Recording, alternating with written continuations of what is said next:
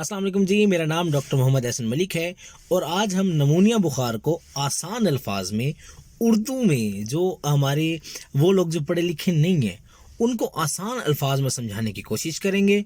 तो बगैर किसी टाइम को ज़ाया किए शुरू करते हैं।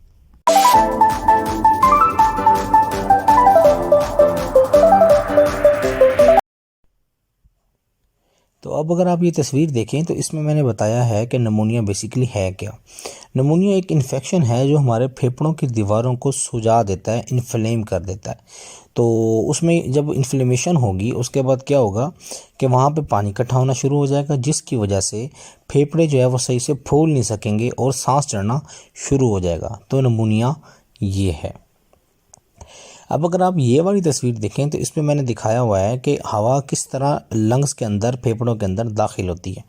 तो सबसे पहले हवा आती है ट्रैकिया में, वहाँ से ब्रोंकाई में, फिर ये डिवाइड होती है राइट और लेफ़्ट ब्रोंक्यूल्स में, दाएं और बाएं।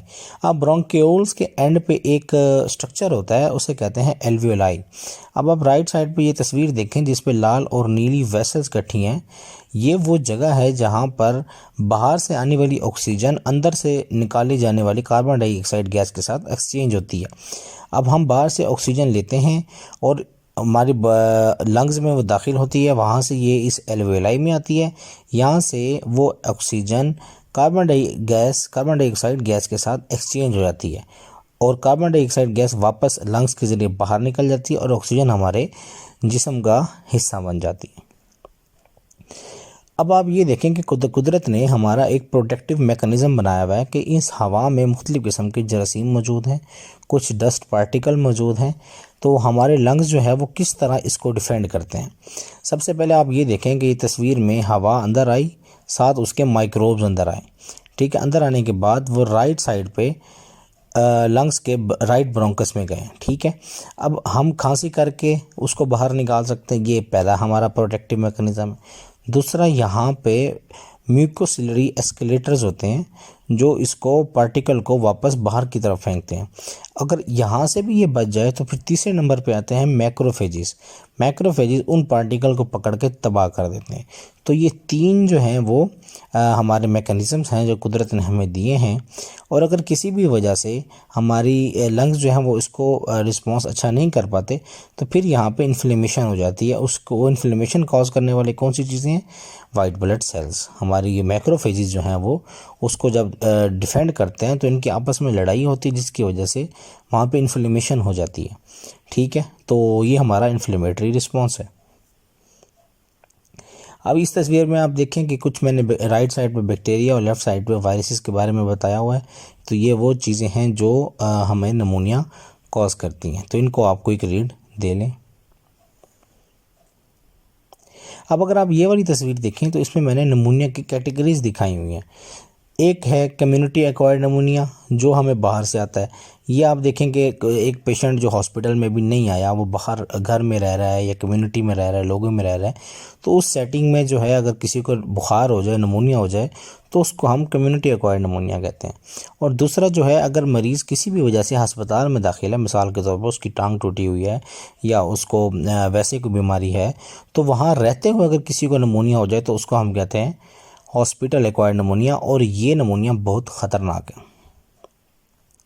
अब ये तीसरी अगर आप तस्वीर देखें तो इसमें मैंने वेंटिलेटर एसोसिएटेड नमूनिया के बारे में बताया हुआ है।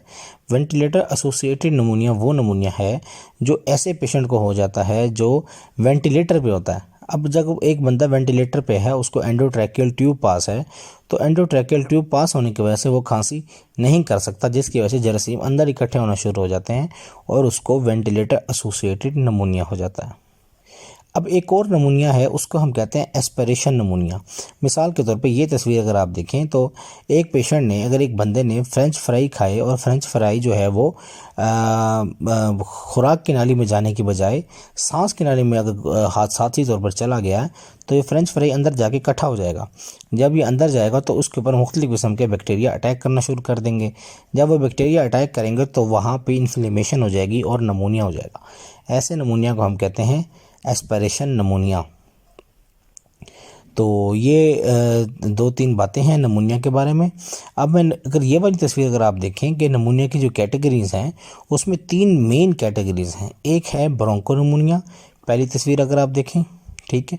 दूसरी है एटिपिकल इंटरस्टिशियल नमूनिया और तीसरी है लोबार नमूनिया। ब्रोंको नमूनिया में पूरा लंग्स इन्वॉल्व होता है। एटिपिकल के अंदर जो है वो सेल्स के दरमियान नमूनिया होता है और लोबार के अंदर कोई एक लंग का लोब जो है वो इन्वॉल्व हो जाता है। राइट टू लेफ्ट लंग में अपर मिडिल और लोअर लोब्स होते हैं, इनमें कोई एक लोब अगर इन्वॉल्व हो जाए तो इसको हम लोबार नमूनिया कहते हैं। अगर इसकी इलामात पर अगर हम बात करें तो ये तस्वीर अगर आप देखें तो इसमें सबसे पहले क्या होता है, शॉर्टनेस ऑफ ब्रेथ, डिस्निया जिसको हम कहते हैं, सांस लेने में तंगी। दूसरा छाती में दर्द। तीसरा बलगम वाली खांसी, ठीक है, या उसमें कभी कभार खून भी आ सकता है। और चौथा ये है कि बुखार होता है और जिस्म में बहुत शदीद दर्द होता है। तो ये अब ये वाली तस्वीर अगर आप देखें तो इसमें मैंने 3 किस्म के एक्सरे दिखाए हुए हैं। एक ब्रोंको नमूनिया में आपका एक्सरे किस तरह का होगा, लोबार में देखें एक लोब इन्वॉल्व है और एटिपिकल में भी दरमियान में जो हाइलम है लंग्स की वो इन्वॉल्व है।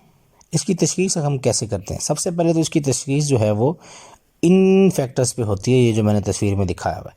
लेकिन सबसे अहम जो है इसकी तशख़ीस क्लिनिकल है।